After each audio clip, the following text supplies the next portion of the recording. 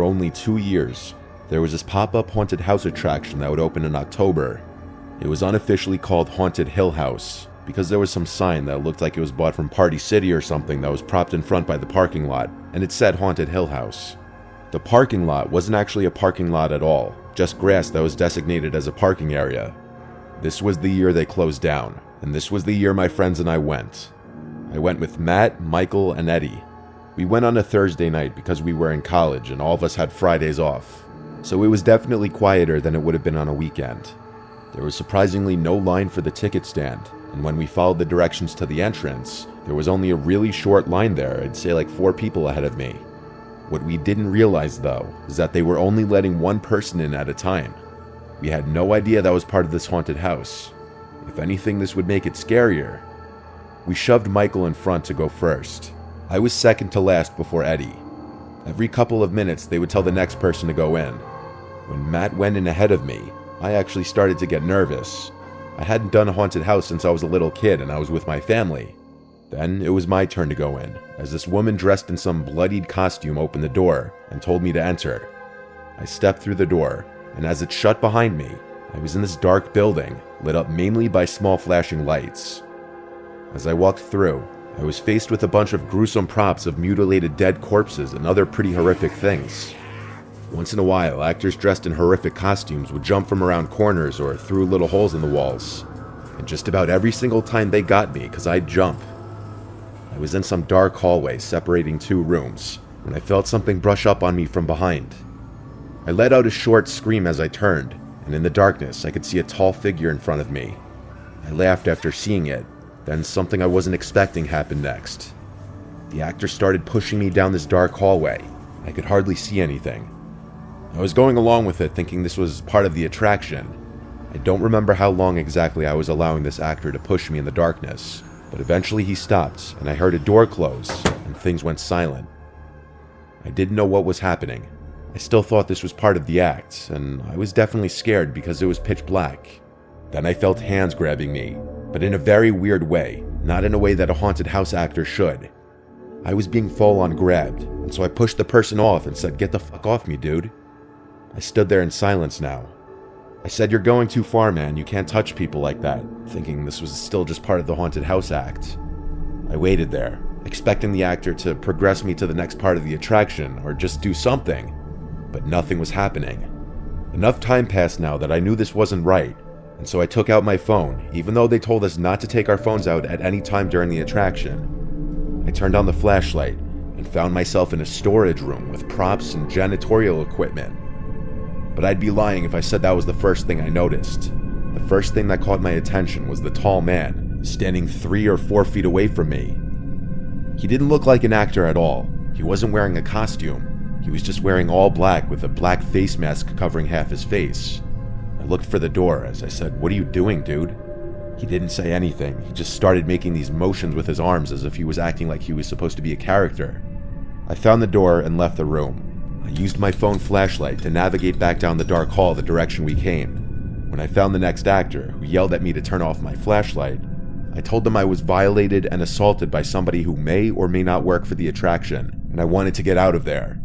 I could tell the actor was probably just some teenager not much younger than me, and he didn't know what to do really. He dropped his character act and told me to just keep walking that way and that I'm almost to the end. I asked where his boss would be.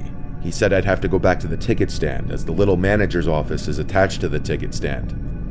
So I continued the rest of the haunted house, speed walking, making it clear I was just trying to get out. And a few minutes later, I was out. I found all 3 of my friends, who were confused how I ended up getting out last. I told them what happened, and then we all went to the ticket stand, and I asked for the manager. The worker said that he wasn't there tonight, but that he'd be back tomorrow. I told the worker about what happened, and she said she would alert the team about it. I requested my money back because of it, and she gave me back my $30. It was the next day that a girl from our college who we all knew posted on Facebook that she was sexually assaulted by someone in the same haunted house the night before, the night we were also there. This was the reason the place was eventually shut down that month. When I reached out to her on Facebook, it sounded like we had the same exact experience, only the aggressor got a lot more physical with her. She pressed charges on the owner of the attraction for, I'm assuming, negligence. The attraction staff of course swore that that man who assaulted the two of us didn't actually work there. I'm sure that's the truth, but I don't understand how they didn't have proper security measures in place to prevent something like this from happening.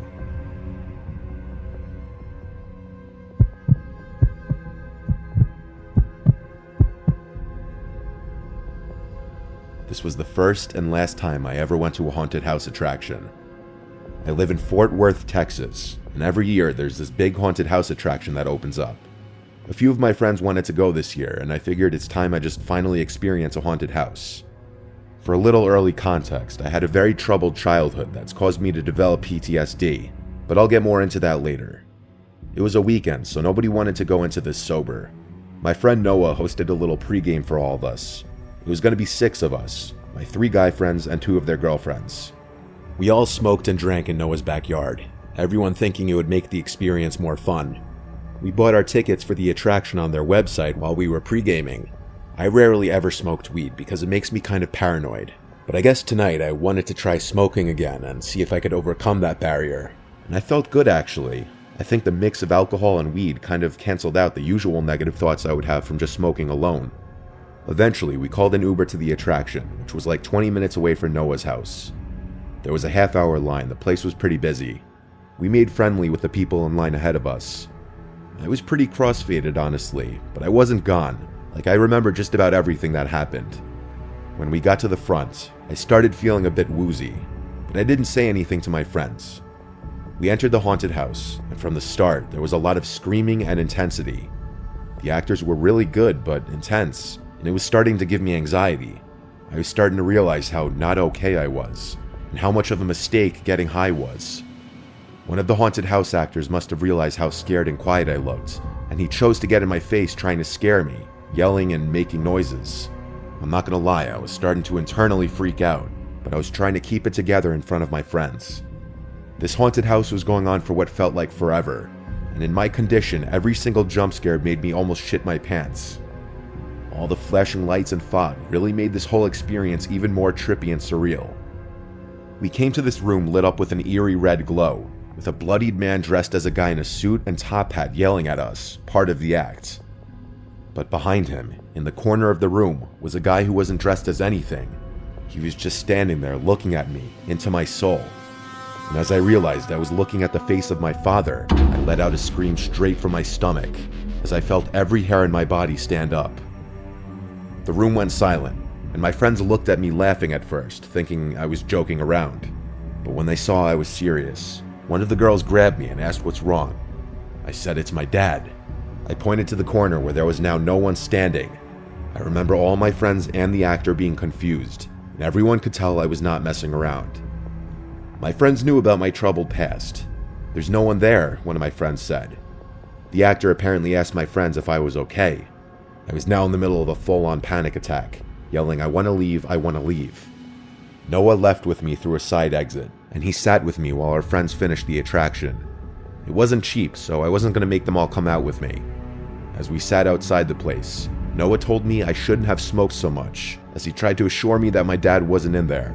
I was just hallucinating. So my father used to abuse my siblings and I. I'm the oldest, so I remember the most of it. He left us and our mom one day and never came back when I was 10. My close friends know about this, to a certain extent, so I didn't have to explain to Noah. When our friends were done, they met us at a Wendy's nearby where I was just trying to eat to help calm me down. I was embarrassed, but my friends didn't judge, thankfully. Not to my face, at least. I went home earlier than everyone else. I didn't want to spoil their nights. When I got home, I knocked out right away, I guess because of how drunk and high I was. That night I was having a nightmare about the scene at the haunted house, and my father, standing in the corner of the room, he was saying, "Wake up, Charlie." And I did wake up. I woke up in my dark room in the middle of the night to see my father, towering over my bed, looking down at me with his eyes open super wide.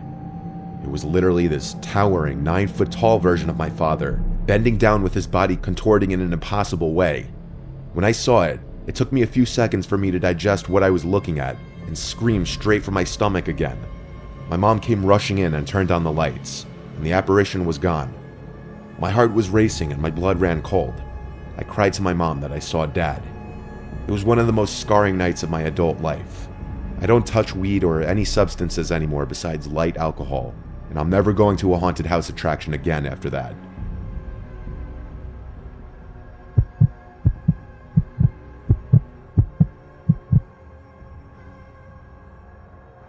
During COVID, I thought it would be fun to get a job at a local haunted house attraction. My friend Marissa was already working there, and she told me they were looking for new actors and actresses. She pulled some strings and got me a job after I met with the owner. There were multiple sections to the haunted house attraction, including 3 haunted houses and the haunted corn maze. On my first day on the job, there was some slight rehearsing my character and just demonstrating my acting skills to one of the supervisors who was on duty. My role for the night was assigned to be a damsel in distress, and this meant I was going to be tied to a pole and yelling at the guests to help me as they walked past me. Of course, all guests would be told before entering not to touch any of the actors or actresses, so they would know not to actually untie me when I'm screaming "help me." So before opening time, the supervisor/coordinator Jeremiah walked me to my post. Quite literally my post, because I'd be tied to a wooden post in the corn maze. I was honestly surprised that I actually had to be tied up and not just pretend. I asked how I would go to the bathroom and such. He said there would be short breaks between sessions.